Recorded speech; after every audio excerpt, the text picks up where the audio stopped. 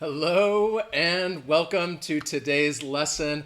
My name is Wes. This is Interactive English, and our channel is all about just trying to help everyone practice and improve their English skills and work toward achieving English fluency. So today it's a bit of a practice lesson. It's definitely a practice lesson, but there's also a bit of grammar as well as vocabulary. I have some words and phrases that maybe you don't know and you will find useful. But specifically, we're going to be talking about prepositions. We're going to be learning and practicing the use of prepositions, which is why I said it is has a little bit more of a grammar focus, but also I'm going to incorporate some new vocabulary in there. So I'd start out by saying that prepositions can be very difficult and confusing for English learners because these are not words that typically stand out. They're very small function words that are easy to forget.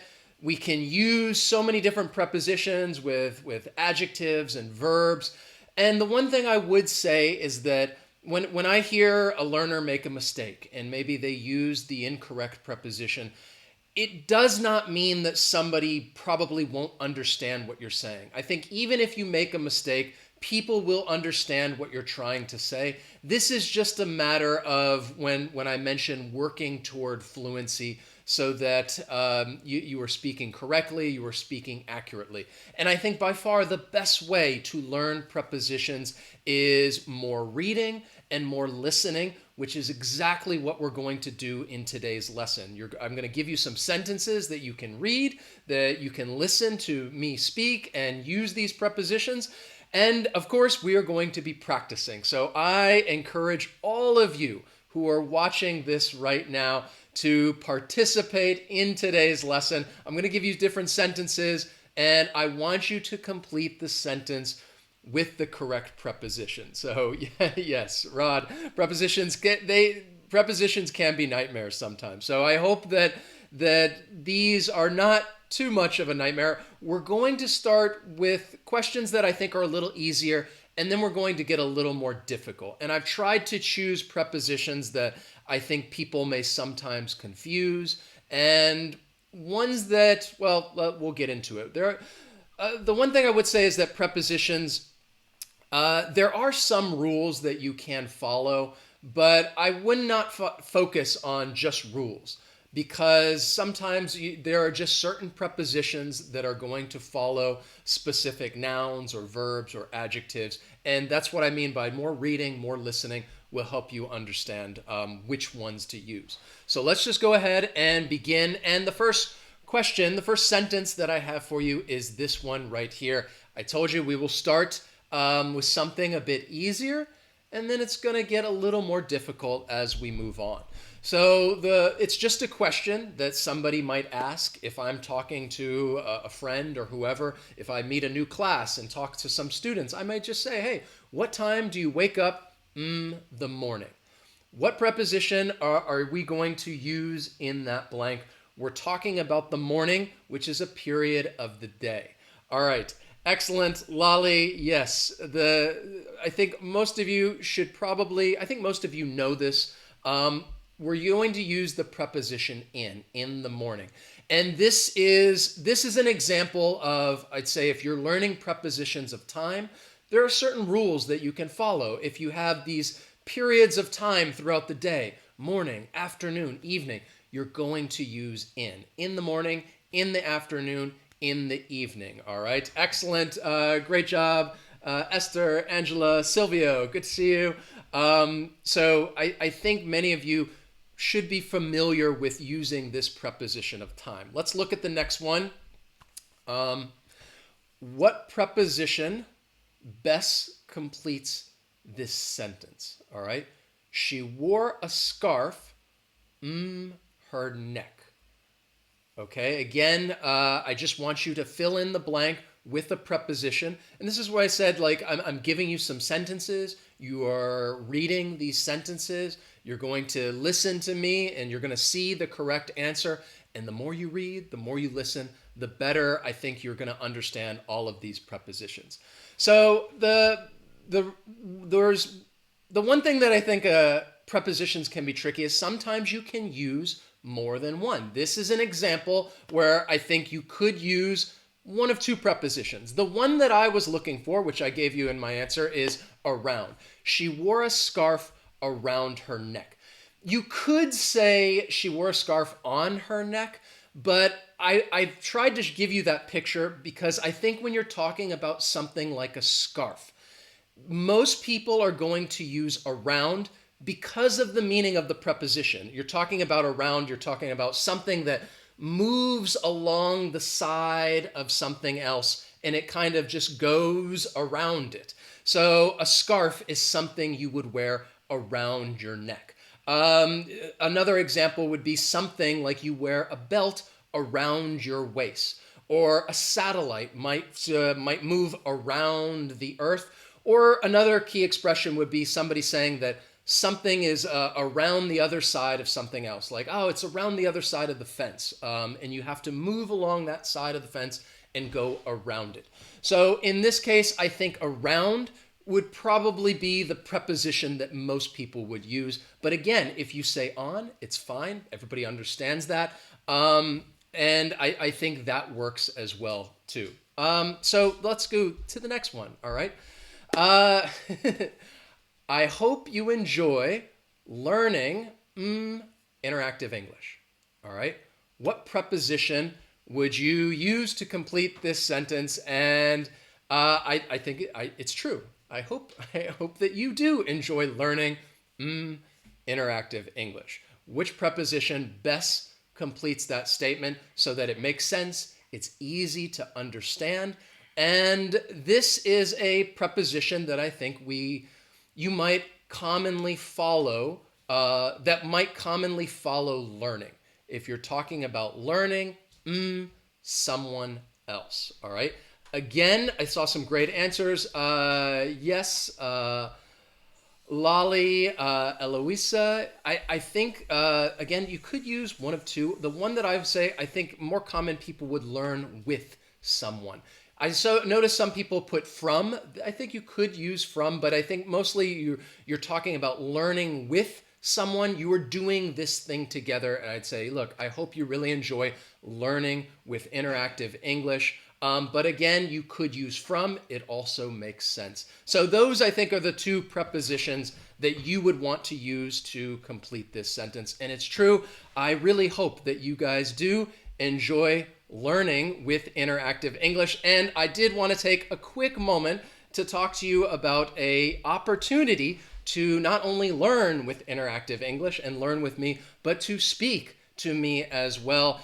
We just recently launched our first course at the Interactive English School. It is a speaking course that's called Speak Up, and enrollment is now open. This is a speaking course. It is a 10-week course that we're going to meet once a week for 50 minutes. And it's all about just giving you more opportunities to speak and practice speaking. So I hope that the way that, again, it works is that each week there's going to be a topic. And I've created a bunch of questions like expressing opinions. And it's all about just giving you more speaking opportunities because we're going to have the class on Zoom and we're going to come together, we're going to look at the questions, and then we're going to break into smaller groups, and that'll give you more opportunities to speak. And I'm going to be jumping in and out of different groups, talking to everyone, making sure that everybody is getting as many speaking opportunities as possible. So it's a 10-week course. It's mostly for intermediate to advanced learners.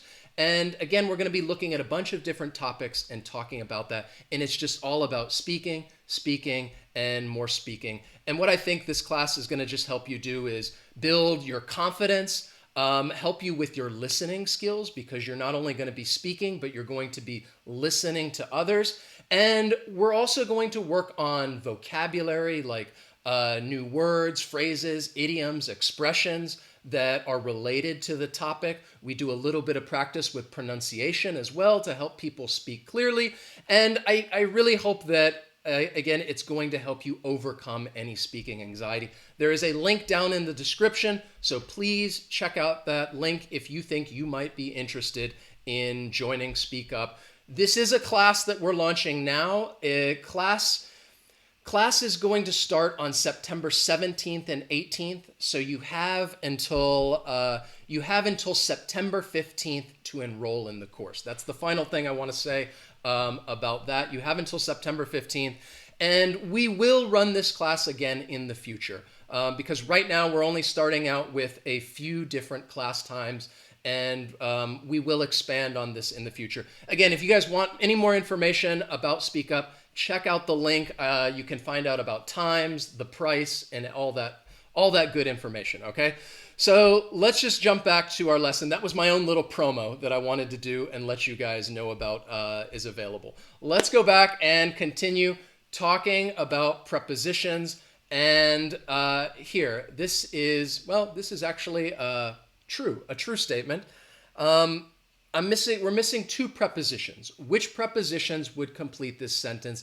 Again, I think hopefully these are maybe a little easier and they will get more difficult. My birthday is November. This year it's a Thursday. All right. Which prepositions would you use to complete this sentence? All right. We're talking about a month and then a day. So again, these are more some rules that you can follow.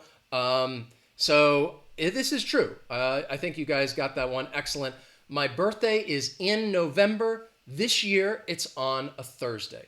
So if we're talking about some of these prepositions of time, we use in with months, in January, in October, in November, and on when we're talking about days, on Monday, on Tuesday, on Wednesday. All right. Next is this one, which is, well, they're missing two. It's easy for learners to get fed, there's two blanks, prepositions, all right? This is actually a phrasal verb. And if you don't know what a phrasal verb is, it's a verb it's a verb plus a preposition. But in this case, it's a three-word phrasal verb. So which two prepositions follow that verb? All right. What do you guys think? It's easy for learners to get fed prepositions. All right. Excellent. Lali, Armin, Eloisa, Rainier, Angela, Maria, Helem. So the answer is yes, you are fed up with. It is a three-word phrasal verb. You have the verb plus a preposition. When we talk about phrasal verbs, those are other phrasal verbs are also, they can be confusing as well. But if somebody is fed up with something, it means that they are annoyed or unhappy, or maybe they're just bored with some situation. The next one is, think about it, there are two different people talking. So that's why I've given you A and B. So one person says, "Where are you?" And the other person says, "I'm the gym." All right, think about that guy. He is this guy right there. He is running on the treadmill, and he is the gym. So there's two people talking. You have a question. Somebody's asking, "Where are you?" And the other person saying, "I'm the gym." All right. I think, again, excellent. Yeah, wow. Lolly, X-Funny, Silvio, Graham, Maria. I'm trying to get some shout outs in here. At the gym. And what I wanted to highlight here is this is where the at and in may be some prepositions that people might find a little confusing, because if somebody says at the gym, you're talking about the location. And that location could be in or around some building, office, home. You're talking about that location. In would refer to that you are inside or on the interior. So in this case, you could say, like, "Where are you?" "Oh, I'm in the gym." Or "Where are you?" "I'm at the gym." Either one is okay, but I'd say it's more common for somebody to use at. Simply because when you're asking the question, "Where are you?" somebody's asking about your location. They want to know the location. They want to know where you are at. So in that case, I think it's more common for somebody to say, "Hey, I'm at the gym." So keep that in mind if you're talking about at and in. Those can be a little confusing if you want to know, well, what's the difference. At is location, in is specific location that you are inside someplace. Now the next one, we knew the plane would leave time, so we had to run and we just barely made it time. All right. So you may be looking at this and thinking, well, wait, that's a little strange because both of these prepositions come before the word time. All right. But there's two different meanings and two different situations that I'm referring to. So we knew the plane would leave time, so we had to run and we just barely made it time. All right. Which prepositions would complete this sentence right here? All right. What do you think? Excellent. Yes. Savitha, Rod, Angela. Perfect. So we knew that the plane would leave on time, so we had to run and we just barely made it in time. So I wanted to highlight the difference between on time and in time. So if you say that something is on time, it means that it is done or it happens when it should. Something might arrive on time when it should, or perhaps it's going to leave on time when it should. In time, just you're referring to something that is just early enough, that we finished the project in time. We finished right before it was the deadline, and you finished early enough, you do something in time. So I think of a situation in that sense, like you're doing something, you have to meet some kind of deadline, and you try to get something done in time. In this case, we made it in time. We caught the plane just in time. We were early enough to get on the plane. So on time versus in time. This one is, told you a little bit of vocabulary, an expression, I'd say, well, that people can use sometimes. I'm not sure what we should do. I feel like we're a rock and a hard place. Which preposition would complete that sentence? And again, I told you this is more of, I think, an expression that you may hear from time to time if people are referring to this specific situation, which I'll talk about in just a moment. So which preposition would you use? I'm not sure what we should do. I feel like we're a rock and a hard place. All right, excellent, Anna, Angela. So Bamita, we're talking about between. I'm not sure what we do, what we should do. I feel like we're between a rock and a hard place. So I told you that this is an expression to be in between, or just between a rock and a hard place. You don't really need to use in there. That you could, but it's more of a typo. The expression is to be between a rock and a hard place, and it means that you're caught in a situation that is difficult because there's no way out. You have a problem on this side, you have a problem on that side, and you'd say you're stuck between a rock and a hard place. And you could be talking about some physical problem that there's nowhere to go, or it could be just more of an analogy that there is some just difficult situation that you don't know how to handle, and you could say that you're between a rock and a hard place. So that's a good expression to know. The next one, and this is true. One day I dream hiking Mount Kilimanjaro. I think I used this in a previous preposition lesson, a preposition quiz that I had. If you saw that one, maybe you remember what preposition that would be a little more appropriate in this case. There are actually a couple ones that you could use. What do you think? One day I dream hiking Mount Kilimanjaro. What do you think? All right. So I think, all right. I think that there are two different prepositions that you could use, all right? I chose of. One day I dream of hiking Mount Kilimanjaro. And the reason I chose of, I think when somebody dreams of something, they're talking about something they hope to do in the future that they wish they could do this. It is interchangeable with about. You could also use about, that's perfectly fine. But I wanted to make a little bit of a distinction between dream of, and dream about, because I think often when people say dream about, they dreamt about something, they're talking about an actual dream when they're sleeping at night. And you could say, well, last night I dreamt about this thing. I dreamt about hiking Mount Kilimanjaro. But if I dream of it, then I'm talking about some kind of hope or wish that I want to do in the future. The one thing that I would say that is just me, in this sentence, I'm using it in the present tense. If somebody is talking about something they hope to do or wish to do in the present tense, I think it's more common that they would use of.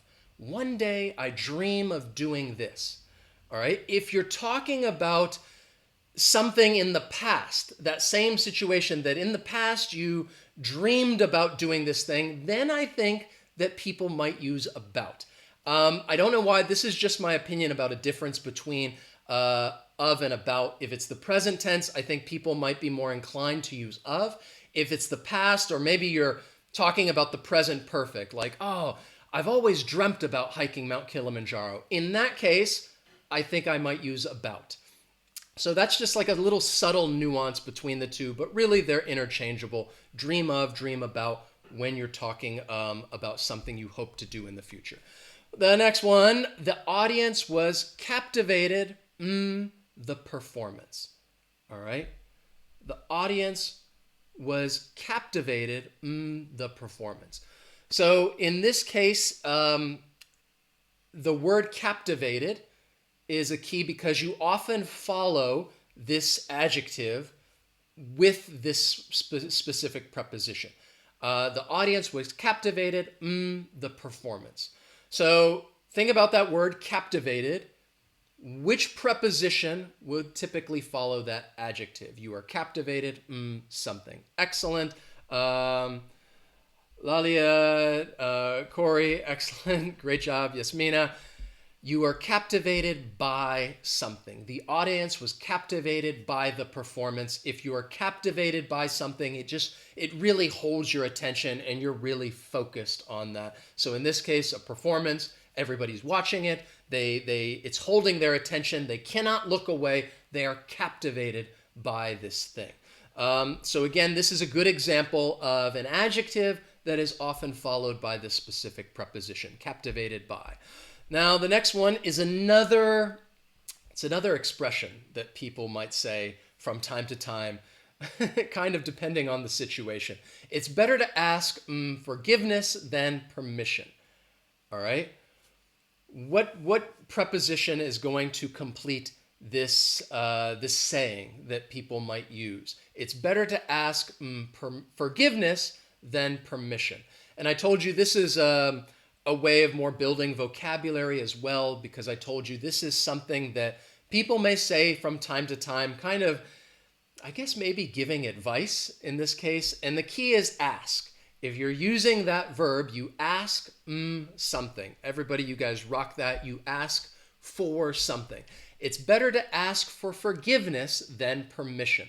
And I told you it's a famous saying because when it's used is like in a situation where you need to act immediately. You need to make a decision, but that decision could cause problems.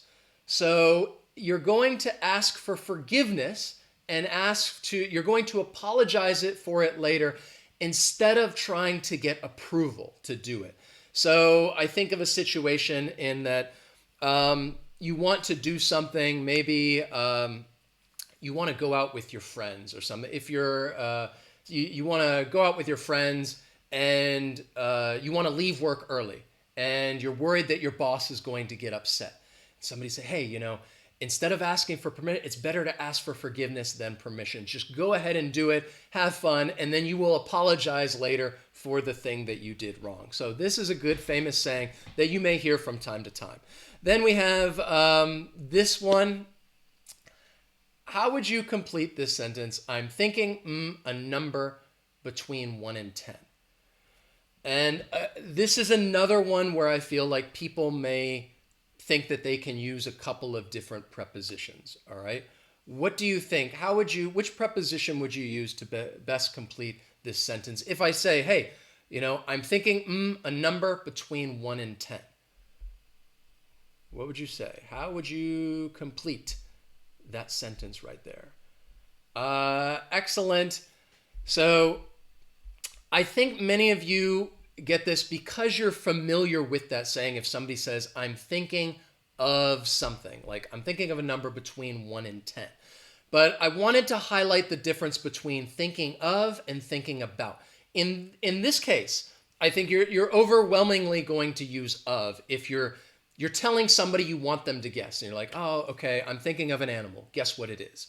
So if you think of something, it's something that you're not aware of and you have to imagine it. In this case, you have to imagine the number. But if you're thinking about something, to me, then you're taking time to consider it. So in this situation where you're asking somebody to imagine something, you're going to use of. I'm thinking of a number between 1 and 10. I'm thinking of an animal. Can you guess what it is? But when you think about something, you're really taking some time to consider it. So I wanted to highlight the difference between think of and think about. So again, this is it's a great way to practice prepositions because you are reading these prepositions in these sentences. You are listening to me use these prepositions and talk about them, and you are practicing as well. The more you practice, the better I think you're going to understand all of these prepositions and how to use them. So I hope that you enjoyed the lesson. Don't forget, if you are interested in working on your speaking and you want more speaking practice, you can join our new course. Check that out. Link is in the description down below if you want to find out more information about Speak Up. Thank you guys so much for joining me today. I appreciate you being here on this Sunday, and I hope that you learned something new. Thank you guys so much for watching. Just to give some shout outs.